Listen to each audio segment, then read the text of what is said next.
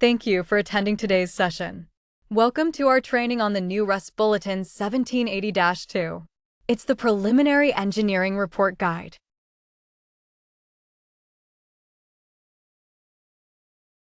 On September 4, 2025, USDA Rural Development reissued RUS Bulletin 1780-2. It is the guidance document for preliminary engineering reports for the Water and Waste Disposal Program.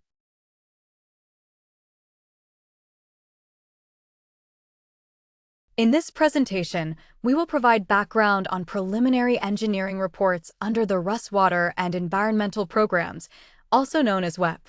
We will also cover the history of RUS Bulletin 1780-2 and, finally, provide a synopsis of the new revised bulletin. This last topic will make up the majority of the presentation.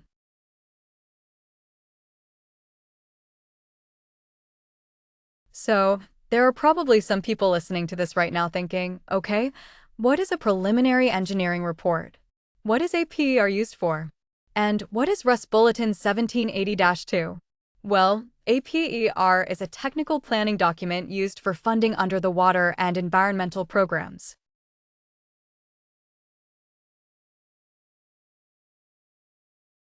It describes the proposed project, essentially defining the scope of the project being funded.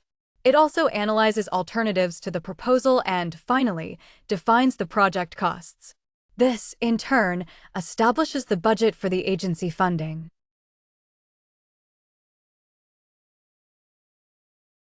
Furthermore, it provides information needed for the underwriting process, which is a critical part of the report.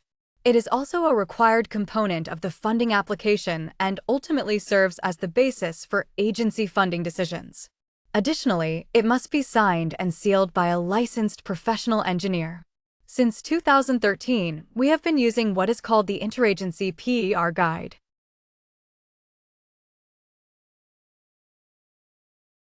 I should share a little history on the Interagency PER Guide.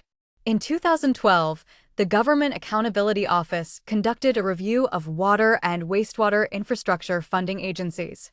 The resulting report, titled Rural Water Infrastructure, Additional Coordination Can Help Avoid Potentially Duplicative Application Requirements, stated that water and wastewater infrastructure funding programs were fragmented across several federal programs, most notably the USDA and the two SRF programs. The report concluded that this fragmentation led to program overlap and, in some cases, duplication of effort when an application sought funding from more than one federal source. Accordingly, the report noted that this could result in delays and increased costs for communities applying to both programs.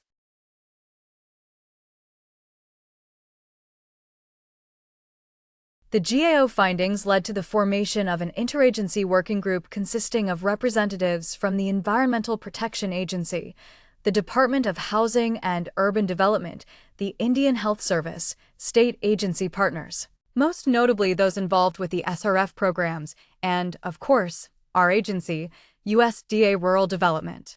This group, in turn, created the Interagency PER.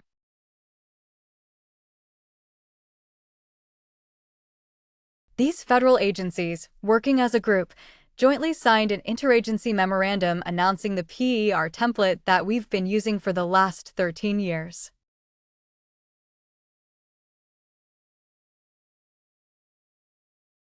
Rural Development formally adopted this interagency PER in RUS Bulletin 1780-2 in April 2013. The idea behind this interagency PER was really good. The concept was essentially to create a report that all funding agencies could use, allowing applicants to produce one report that works for multiple agencies, thereby avoiding duplication of efforts. However, there were some pros and cons to this approach. One of the challenges was that, since the template had to work for all the agencies, it included or required information needed by every single agency. This meant that some of the required elements in the template were not necessarily relevant or important for funding under rural development programs.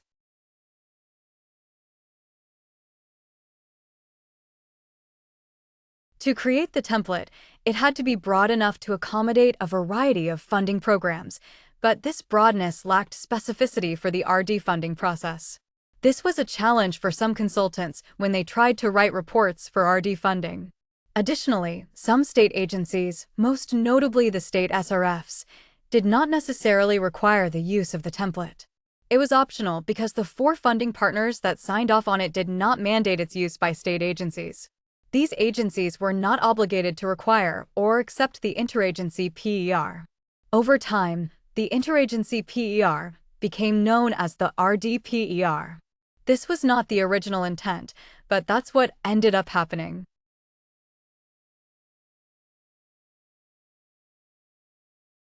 So, that got us thinking that ideally, we'd like to revise RUS Bulletin 1780-2 to provide a little bit more clarity on what we require within the water and environmental program.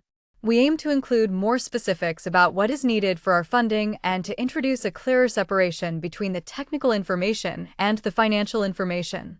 Again, the goal is to simplify the process.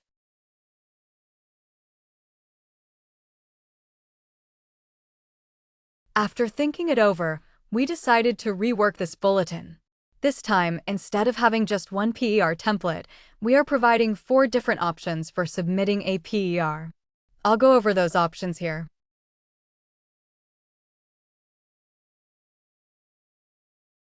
First, option 1 is the interagency PER. It's the exact same document that we've been using for the last 10+ years. The wording is absolutely the same. We didn't change a single word. There's a reason for that, because we had 4 federal agencies signing off on it. We wanted to ensure that nothing was altered. We were not allowed to change any wording in that document. So, it still remains as it is and is still available. It can be used for any project that WEP funds, whether or not there are other funding agencies involved.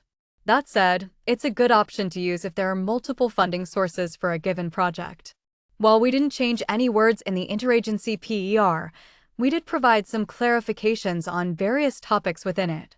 These clarifications are included in the WEP-specific PER guide, which is option 2.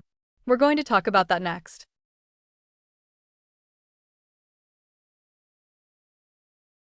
So, option 2 is the WEP-specific PER, where we created what we felt would be an ideal document for WEP considerations. If funding is provided from one source, and that source is WEP, this template is the best guidance document to follow. Essentially, it's tailored specifically for the WEP process. We focused on including information relevant to the WEP program and made it easier to use compared to the interagency template. This option is designed to streamline the process for those working solely within the WEP framework.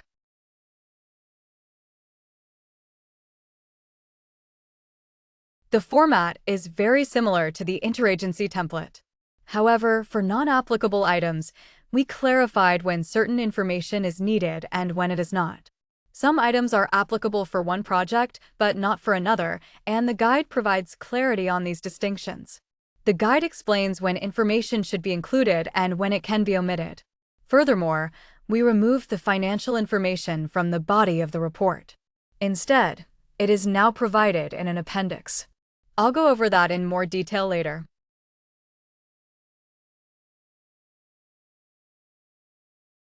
So, let's go over the different sections in the WEP-specific PER. Section 1 is much like the interagency PER. In fact, the interagency PER has subsections A, B, C, and D. What we did here is retain the same subsections but moved community engagement, which was previously section D, to a spot later in the report. The location section remains essentially the same. It asks for the location of the project, where it is being implemented. Section B focuses on environmental factors affecting the project. However, we've provided clarity in the guidance notes of the bulletin to ensure this section emphasizes applicability to the project. For example, if there are floodplains around the area, that's something to note here because it may influence decisions about the project or the system being built. This section is not meant to rehash the environmental assessment or biological reports required for NEPA. Instead, it should highlight distinct environmental factors pertinent to the project. Population trends are still required, but with added clarity. This section can be omitted if the project does not involve expansion.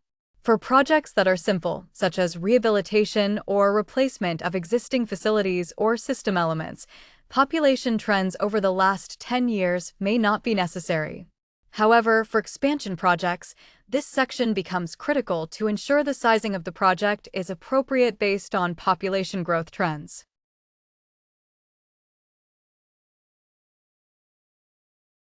Section 2. Existing facilities. For this section, we require location maps, which are standard for most planning documents. Additionally, schematics of the treatment process are required, but only for treatment projects.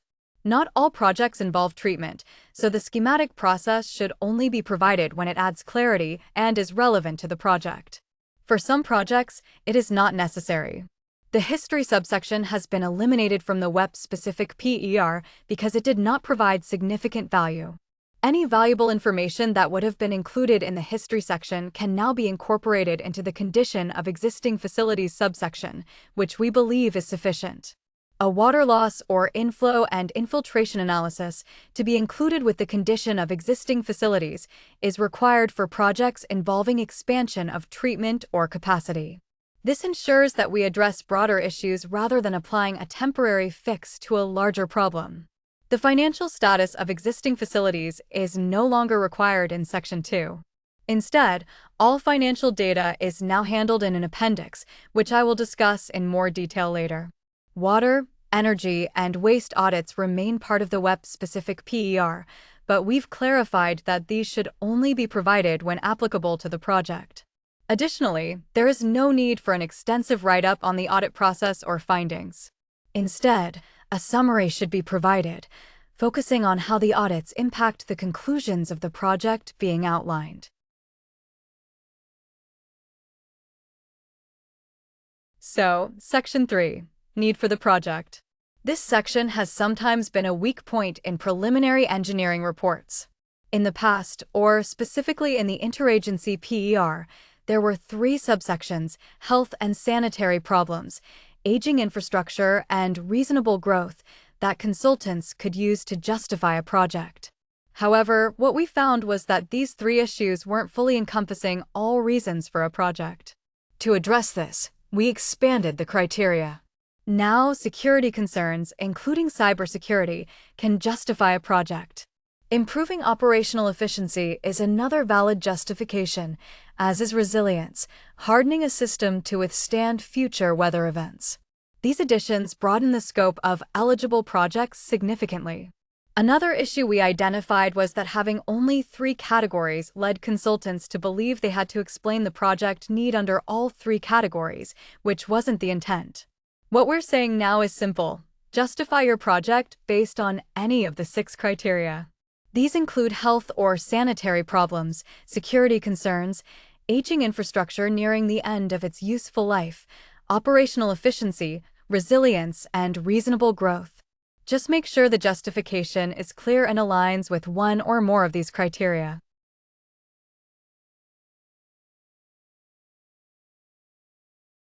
We emphasize that the need for the project section is of vital importance. If the project is not justified, we cannot fund it. The focus must be on the WEP mission, which is funding projects that improve the water, wastewater, solid waste, or stormwater systems of rural America. More than anything, we want anyone to be able to open a preliminary engineering report to Section 3 and quickly understand why the project was undertaken. Additionally, within this WEP-specific PER, we provide clarification on the role of health or sanitary concerns within the WEP funding environment. This aspect plays a very special role, which I will discuss further shortly. Similar to the need for the project, let's discuss Section 4, alternatives considered, which is often a weak point. The level of detail in the alternatives analysis should be appropriate for the complexity of the project being presented. Not all projects are the same, so the alternatives analysis can sometimes be very simple. For example, if you're considering water storage, you might evaluate options like elevated tanks versus ground storage tanks. In such cases, the analysis doesn't need to be overly complex. On the other hand, if you're looking at building a new treatment system, a brand new treatment plant, or a centralized system, the situation becomes more complicated. In these cases, there are many different routes a community could take. For such projects, we expect a more defined and developed alternatives analysis to ensure the community gets a solution that will work for them in the long term. Additionally, we clarify in the guidance that financially infeasible is not the same as technically infeasible. If an alternative is technically infeasible, it doesn't need to be analyzed further. That method simply cannot be done. Financial infeasibility, on the other hand, means the alternative may be too costly, and this will be reflected in the life cycle cost analysis. We also highlight in the guidance that the alternatives analysis should focus on the facilities applicable to the project. There's no need for a lengthy write-up about the entire system. Instead, keep the focus on the facilities relevant to the project. Finally, regarding environmental impacts, the alternatives analysis should address those impacts that are relevant to the project selection. We don't need a full NEPA report for all alternatives being considered. Instead, the analysis should consider how environmental resources in the area might affect the alternatives. For example, if one alternative is outside a floodplain and another is partially within it, that's important information. It could impact costs, ongoing maintenance, and the overall conclusion about which project is best for the situation.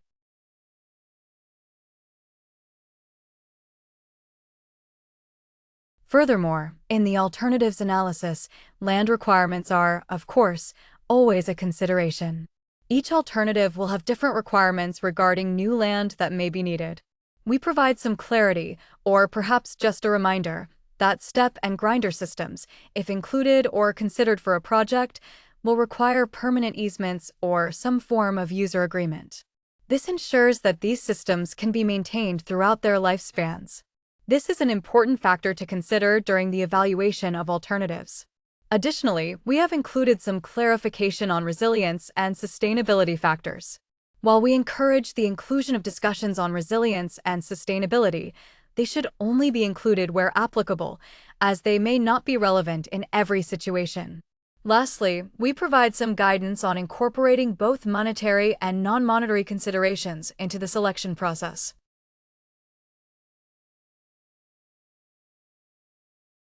In the alternatives analysis, we are looking for cost estimates for each alternative. A reminder in our guidance emphasizes that these cost estimates should reflect domestic preference requirements.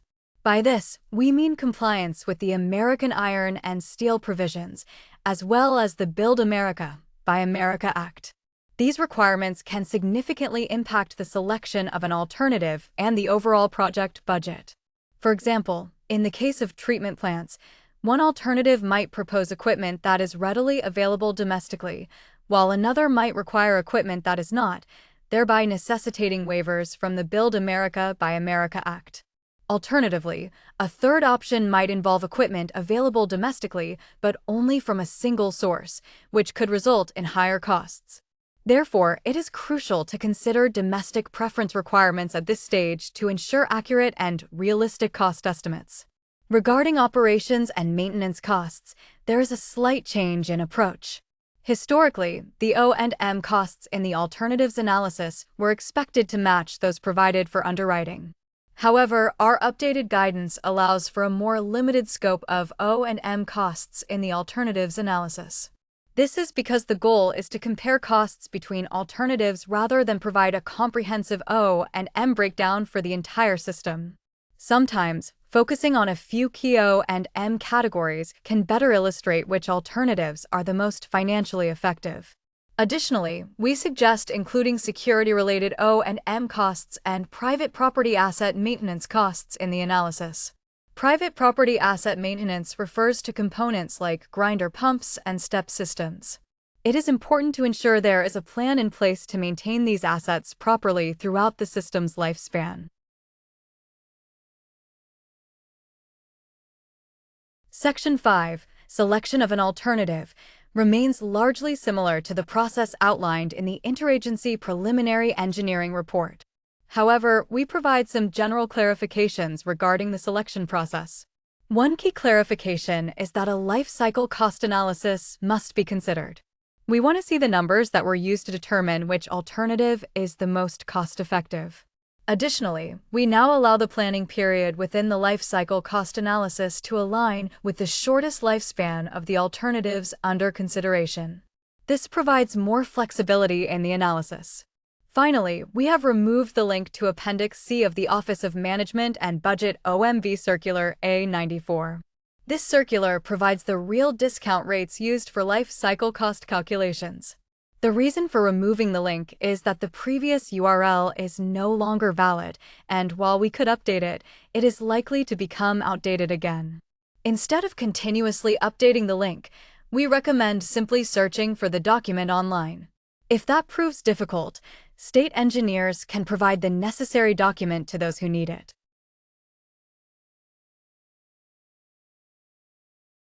Let's dive deeper into the selection of alternatives, focusing on the life cycle cost analysis and the present worth calculation for short-lived assets.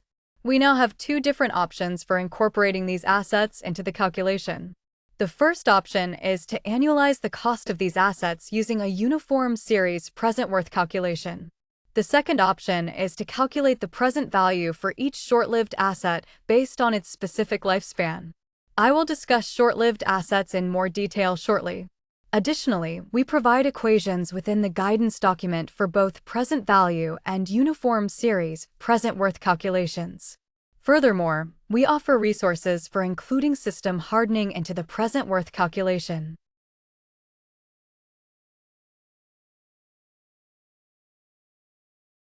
So, Section 6 is the proposed project, also known as the recommended alternative. To clarify, only the project components need to be discussed here. You don't need to talk about the entire system. This section is more focused on what will be built with this project, which helps to increase clarity for everyone reading the PER. Within the guidance, we specify that, to the extent economically feasible, water loss in a distribution system needs to be addressed. Similarly, inflow and infiltration in a collection system must also be addressed. Furthermore, we want to clarify that security-related components, whether for physical or cybersecurity, are eligible for inclusion in projects. You can have a project specifically aimed at increasing security for a given system.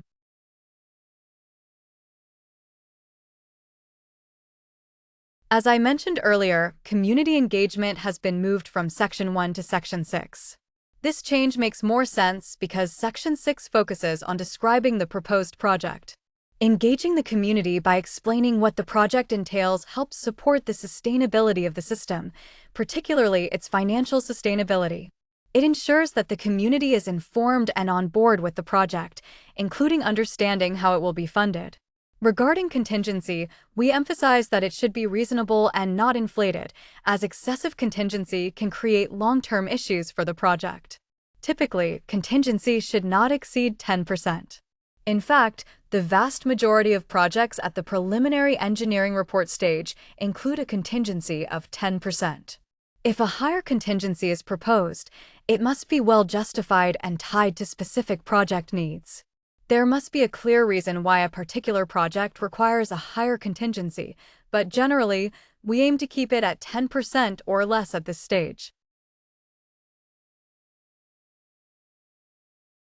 So, within the recommended alternative in the interagency PER, there was a section for the annual operating budget.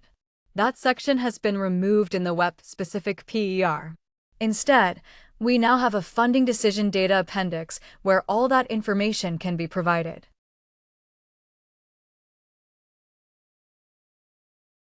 The final section, Conclusions and Recommendations, is a simple section and remains unchanged. There was no reason to adjust it.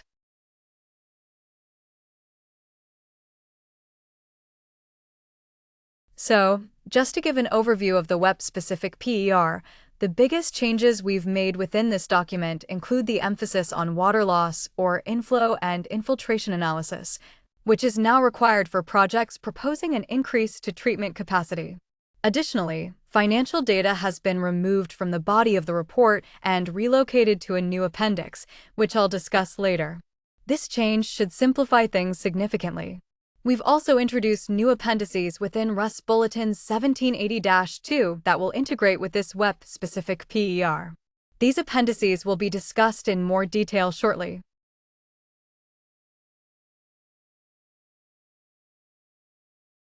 So far, I've talked about the first two options, the interagency PER and the WEP-specific PER. Now, here's option 3. This involves providing a different engineering report or planning document. Let me back up a bit to explain. Sometimes, applicants seek funding from another source, often a state SRF, and produce a facility plan or planning document required by that funding agency. Maybe they get rejected for the funding, or they need additional funding and come to rural development for the shortfall. In the past, they would need to produce an interagency PER, which is organized differently from what they submitted at the state level. This can be frustrating because they have to pay a consultant engineer to reshuffle the information into a template that aligns with our guidance document. In theory, the interagency PER was supposed to address this issue and solve the problem by creating one report that works for all funding agencies. However, in practice, it hasn't worked out that way. We recognize that applicants don't want to redo a report 3 or 4 times, depending on the funding agency. So, with option 3, we're basically saying, if you already have a facility plan, a planning document, or another engineering report that contains all the information required by either option 1 interagency PER or option 2 WEP-specific PER, you can use that. You don't need to reformat it if the information is already there. If there are a few pieces of information missing, you can provide supplemental information to make the report complete, and that will be acceptable. The critical thing here is that we need a document that shows us where all the required information is located within the other planning document. For example, you could print out the table of contents from one of our reports or the guidance document for option 1 or option 2 and write down the page numbers where the information can be found. For instance, the opinion of probable cost might be on page 34, the environmental review might be on page 20, and the location map might be on page 3. This makes it easy for us to go through the report, find the information, and confirm that it's complete and makes sense. What we don't want is a 600-page PDF handed to us with the claim that the information is in there. That would take the state engineer forever to sort through, slow down the process, and potentially lead to misunderstandings about the project. Beyond the state engineer, RD employees and other third parties, like someone making a FOIA request or a representative from the Inspector General's office, need to be able to understand the report. Ultimately, we want a document that clearly shows why USDA Rural Development funded the project. It should be easy to follow and make sense to anyone reviewing it. This clarity ensures that the data used to make decisions is transparent and well documented.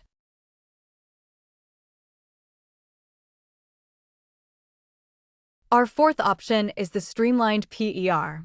This is not something that will be available for every project. It will have limited use. Appendix B within the RUS Bulletin lists the projects eligible for the streamlined PER. The key feature of this option is that it omits the alternatives analysis, which is not required in this option. However, the state engineer may still require an alternatives analysis for a project, even if it is listed in Appendix B, in cases where there are extraordinary circumstances that justify it. These situations will be unusual, but we included this caveat to ensure flexibility.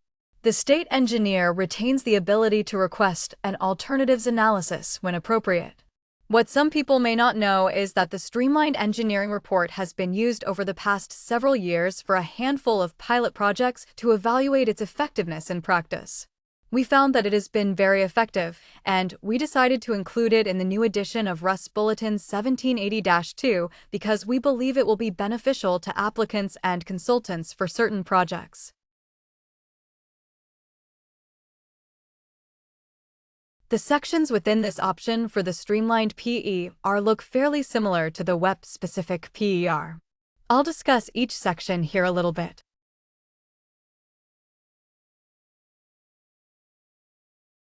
First, we've got the executive summary. For starters, we're looking for the project location to be clearly described within this executive summary. We'd also like to see a listing of the proposed improvements, a breakdown of project costs, and any additional information that the author feels is important to include within the executive summary. This section is very flexible and can contain what the author deems to the most appropriate.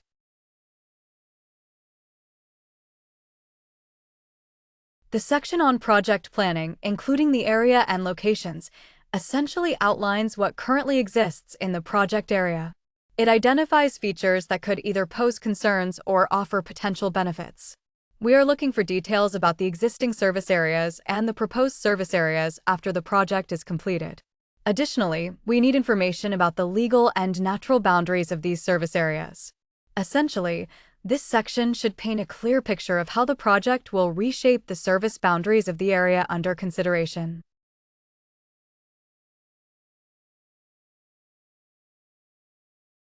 Then, in the section on existing facilities, nothing too extravagant or unusual is required. We are looking for the condition and adequacy of the existing facilities. Tell us what the major system components are. By all means, let us know of any current violations that the system is experiencing. Even if those violations are not being addressed with this project, we still want to know what they are to determine if this project makes sense for the particular situation and need. Also, be sure to highlight the technical challenges being experienced by the system, as that helps paint the full picture.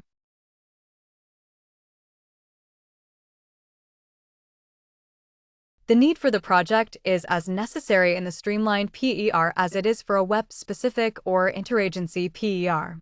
As you can see here, this is nearly identical to what we have within the WEP-specific template.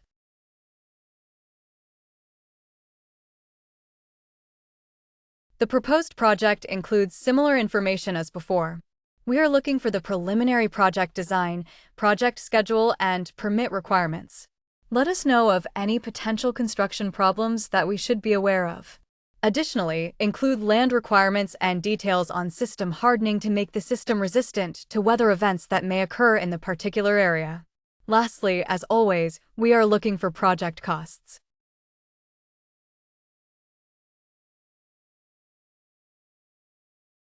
As previously noted, each streamlined PER will need appendices. The first and most obvious ones are the project maps, which will show the location of the system, the location of the project, and maybe a layout of the existing system and the proposed improvements. This is pretty standard for any kind of planning document and, more than anything, probably tells about 80% of the background information.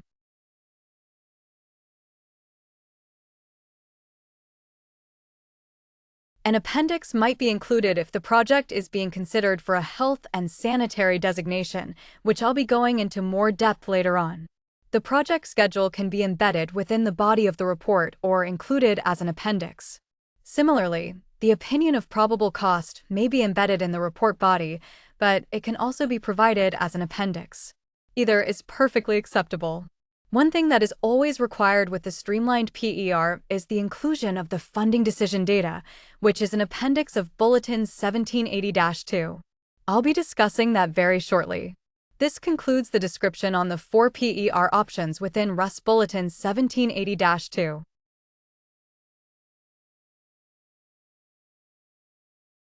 This new edition of the bulletin now contains 5 appendices, which I've been alluding to during this presentation, but now I'm going to go into a little bit more detail about each appendix.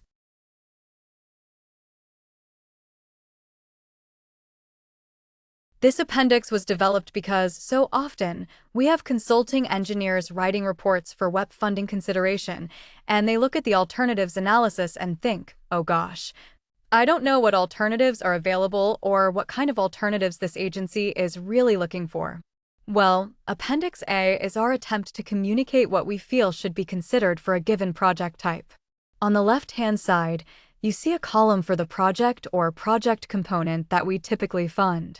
On the right-hand side, we have our suggested alternatives that can be included in the analysis. These alternatives are suggested, not required. Often, a consulting engineer might have other alternatives they think may be more effective or perhaps more competitive than the ones listed here. However, this is at least a starting point to get the discussion going. Appendix B discusses the streamlined PER, and as I noted, it includes a list of projects for which the streamlined PER can be used. Here's the list. If you read it, you'll likely get a good sense of it right away. It's mostly projects where an alternatives analysis isn't really appropriate or needed. For example, the purchase of vehicles, there's no real alternative to consider there. Similarly, projects involving repairs, replacements, or rehabilitation typically don't require an alternatives analysis. These types of projects make up the majority of the list.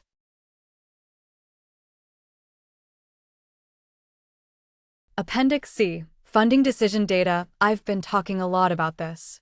For the web-specific PER and the streamlined PER, we removed all the discussions about the various financial aspects of the system and the process.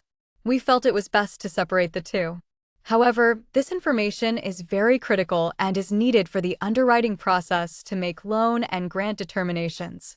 Again, this is Appendix C. It is not part of the main body, but is useful for PER options 2, 3, and 4.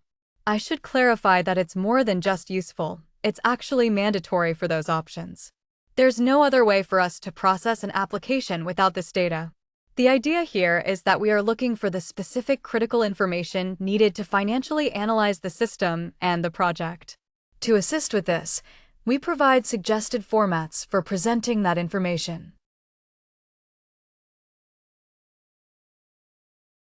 Here is a sample table for the report writer to include the capital improvement programs being considered by the applicant.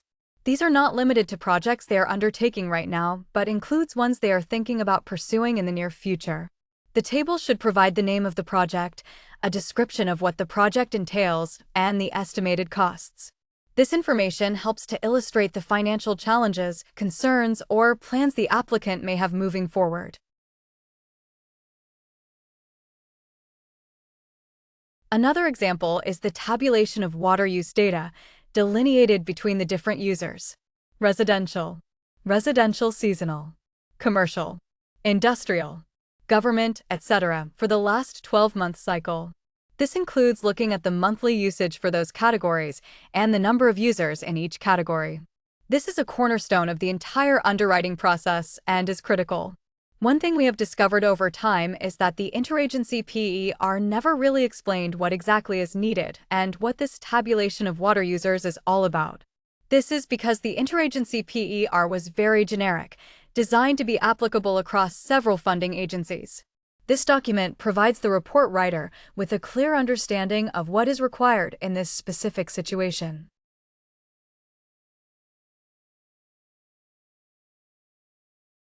Similarly, annual operation and maintenance costs are a cornerstone of the underwriting process.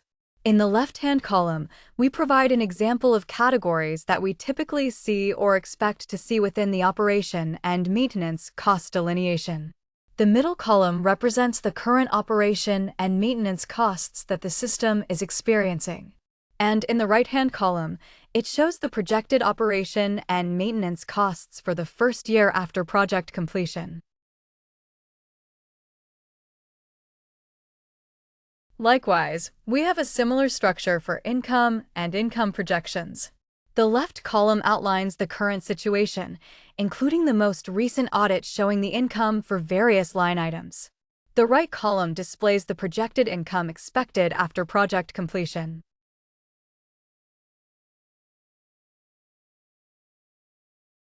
So, short-lived assets. Some of you listening might be wondering, what are they? I'll give a brief synopsis here. Short-lived assets in a system have a useful life that is significantly less than the loan repayment period. These are not items replaced on an annual basis. As part of the application process, the applicant and the consultant will need to prepare a recommended annual reserve deposit to fund the replacement of these assets, such as pumps, filtration media, and small equipment. Here's an example table, or a table that may be used for listing short-lived assets for a system. Some systems may have many short-lived assets, while others may have very few or just a few assets accounted for within their own budget. I want to highlight here that we don't want assets to be accounted for in both in the system's O and M budget and in the short-lived asset table. Otherwise, they'll be counted twice. To clarify, the data and information in Appendix C, the funding decision data, are to be provided for the entire system. Again, this is for the purposes of underwriting, so we're looking at the financial health of the entire system. The short-lived assets placed in this table will be applicable for the entire system, not just for the project improvement. However, short-lived assets placed in the alternatives analysis may be different or may include a smaller list than those placed here.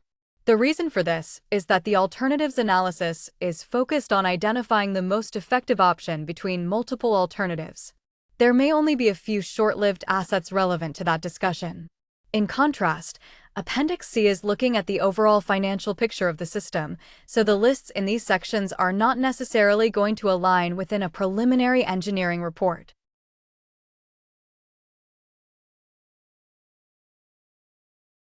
Moving forward, Appendix D is an example of the estimated project costs. It provides a suggested format, but it is optional. Applicants can use their own format if they prefer. What this appendix does is show that we are looking to see the construction costs divided up between project elements. It also provides an example of non-construction costs.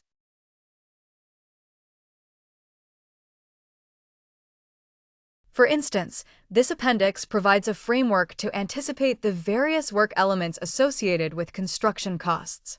Additionally, it offers a clear understanding of the typical non-construction costs encountered in projects. More importantly, it serves as a guide for the author of the report to consider all potential costs that may impact the project. These costs include those eligible for our funding, such as interest on interim financing. Almost every project we fund involves some form of interim financing, and this appendix helps incorporate those costs into the overall project budget. Other examples of eligible costs include land acquisition and legal expenses. Legal costs often involve reviewing numerous documents, and it's important to account for these within the budget. Similarly, engineering services encompass various cost categories that should be included. This appendix acts as a double-check to ensure all relevant costs are considered in the final opinion of probable costs.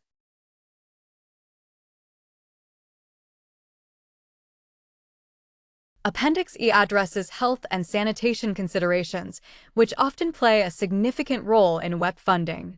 Under 7 CFR 1780 regulations, there are specific provisions related to health and sanitation.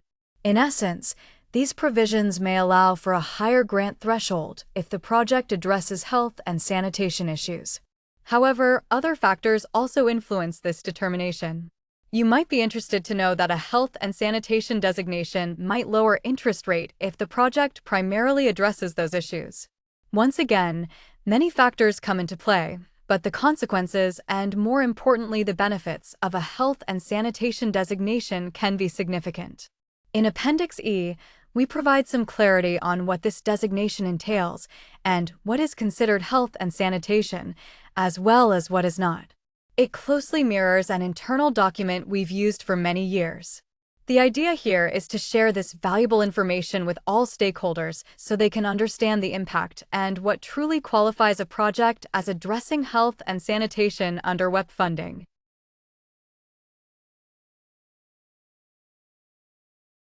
So, that brings up the question, what counts as health and sanitation under WEP? The project or system must address the health and sanitary standard that is currently not being met. The project should resolve the issue related to that standard. This standard could be based on state law, often in the form of a consent order or similar legal requirement, where the system is violating some aspect of the law. However, it doesn't have to be limited to state law. It could also involve standards set forth in the 10 state standards or other published industry standards. Additionally, it could be a secondary, non-enforceable standard or be associated with federal, state, or local health advisory levels. Exceeding and established health advisory levels may qualify. Replacing lead components also counts toward addressing health and sanitation issues. Furthermore, there may be laws or regulations with a future effective date, giving communities or systems time to modify their infrastructure to comply. These future requirements also qualify under health and sanitation considerations. Within the PER, we will need documentation to demonstrate that the health or sanitary standard is not being met. Examples of acceptable documentation will be discussed on the next slide.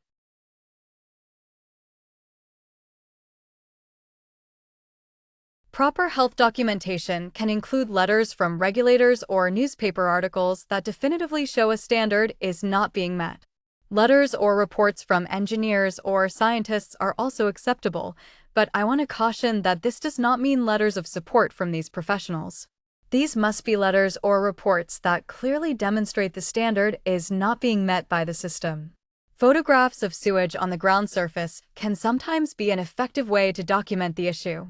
Additionally, technical assistance providers, such as the State Rural Water Association or RCAP, are often boots on the ground, gathering documentation regularly. Evidence from these providers can be used to show that a health or sanitary standard is not being met. Finally, public health or environmental databases can also be utilized to demonstrate that a standard is not being met.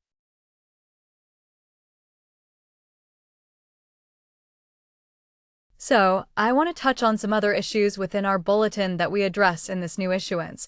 One of the things we emphasize is that the preliminary engineering report should be a clear and concise document. It doesn't need to include everything. We don't need to be impressed by the thickness of the report. In fact, quite the opposite. Ideally, we'd like to see PRs that are 30 pages or less for smaller projects and 50 pages or less for larger projects. We just want the critical information that helps us analyze and concur with the project. Anything beyond that is unnecessary. We also provide clarity about modifying the PER. PER amendments are really for unusual circumstances. To back up a bit, when the PER is submitted for our review, there may be comments or concerns. Ideally, the consultant will address those comments and update the PER, reissuing the same document. What we don't want is a separate document addressing those comments, because if someone reads the original PER, they won't understand the modifications made to the project. When the agency concurs with the PER, it needs to be one document that everyone can read and understand as the basis for decisions made regarding funding. This document will also be used for the obligation of the project, and it serves as the foundation for that decision. After obligation, we don't want to see the document changed. At that point, any changes should be made through a PER amendment, which should be rare. One example of an appropriate amendment might be if the engineer, after funding obligation and during the design phase, realizes that something about the project scope isn't going to work. We understand that these types of things happen from time to time. In such situations, a PER amendment may be issued. For instance, if the engineer initially thought Alternative A would be less expensive than Alternative B, but after further investigation and soil borings, it turns out Alternative B is actually cheaper, the PER would need to be amended to reflect that. These are unusual circumstances, but they can be addressed. Once the project goes to bid, we expect the engineer to confirm that the project is buildable and fully designed. At that point, the PER cannot be amended. Otherwise, it risks creating confusion or unauthorized assistance.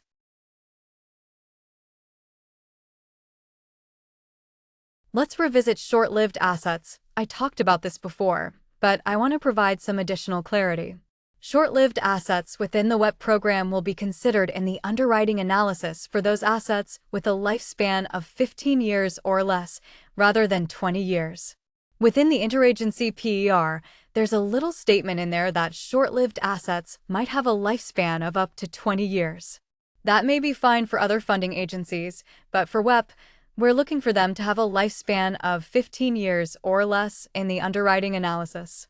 We also clarify, as I mentioned before, that the short-lived assets provided for the financial data can be different from what's provided in the alternatives analysis, because there are two different purposes for those.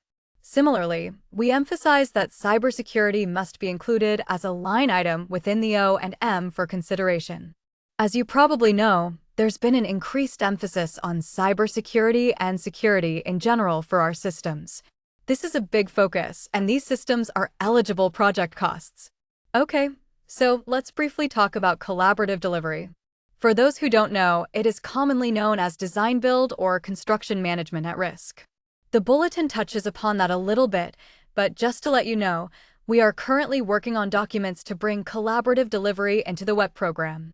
We will be issuing documents that cover the collaborative delivery method, so stay tuned. These documents will explain how collaborative delivery can work within the restrictions of the WEP program. The biggest thing with collaborative delivery is that if a system is looking to use it for a project, it's a little difficult now because we don't have our systems in place yet. Nonetheless, if a system or applicant is considering this, now is the time to have an eye toward it with the PER. Specifically, the opinion of probable cost should account for cost categories relevant to collaborative delivery. For example, with both design build and CMAR, there is typically an owner's advisor involved, and there needs to be budgeting for those services. Finally, with sole sourcing, I just want to provide a reminder that sole sourcing equipment or materials is generally not allowed based on Regulation 2 CFR 200. However, projects wishing to sole source equipment must obtain agency approval. The PER, during the time of application, is the best time to go through that process to ensure the project being concurred with and approved accounts for the sole source. If it conflicts with the regulation, we could have a problem later on. So, this is the best time to resolve that issue.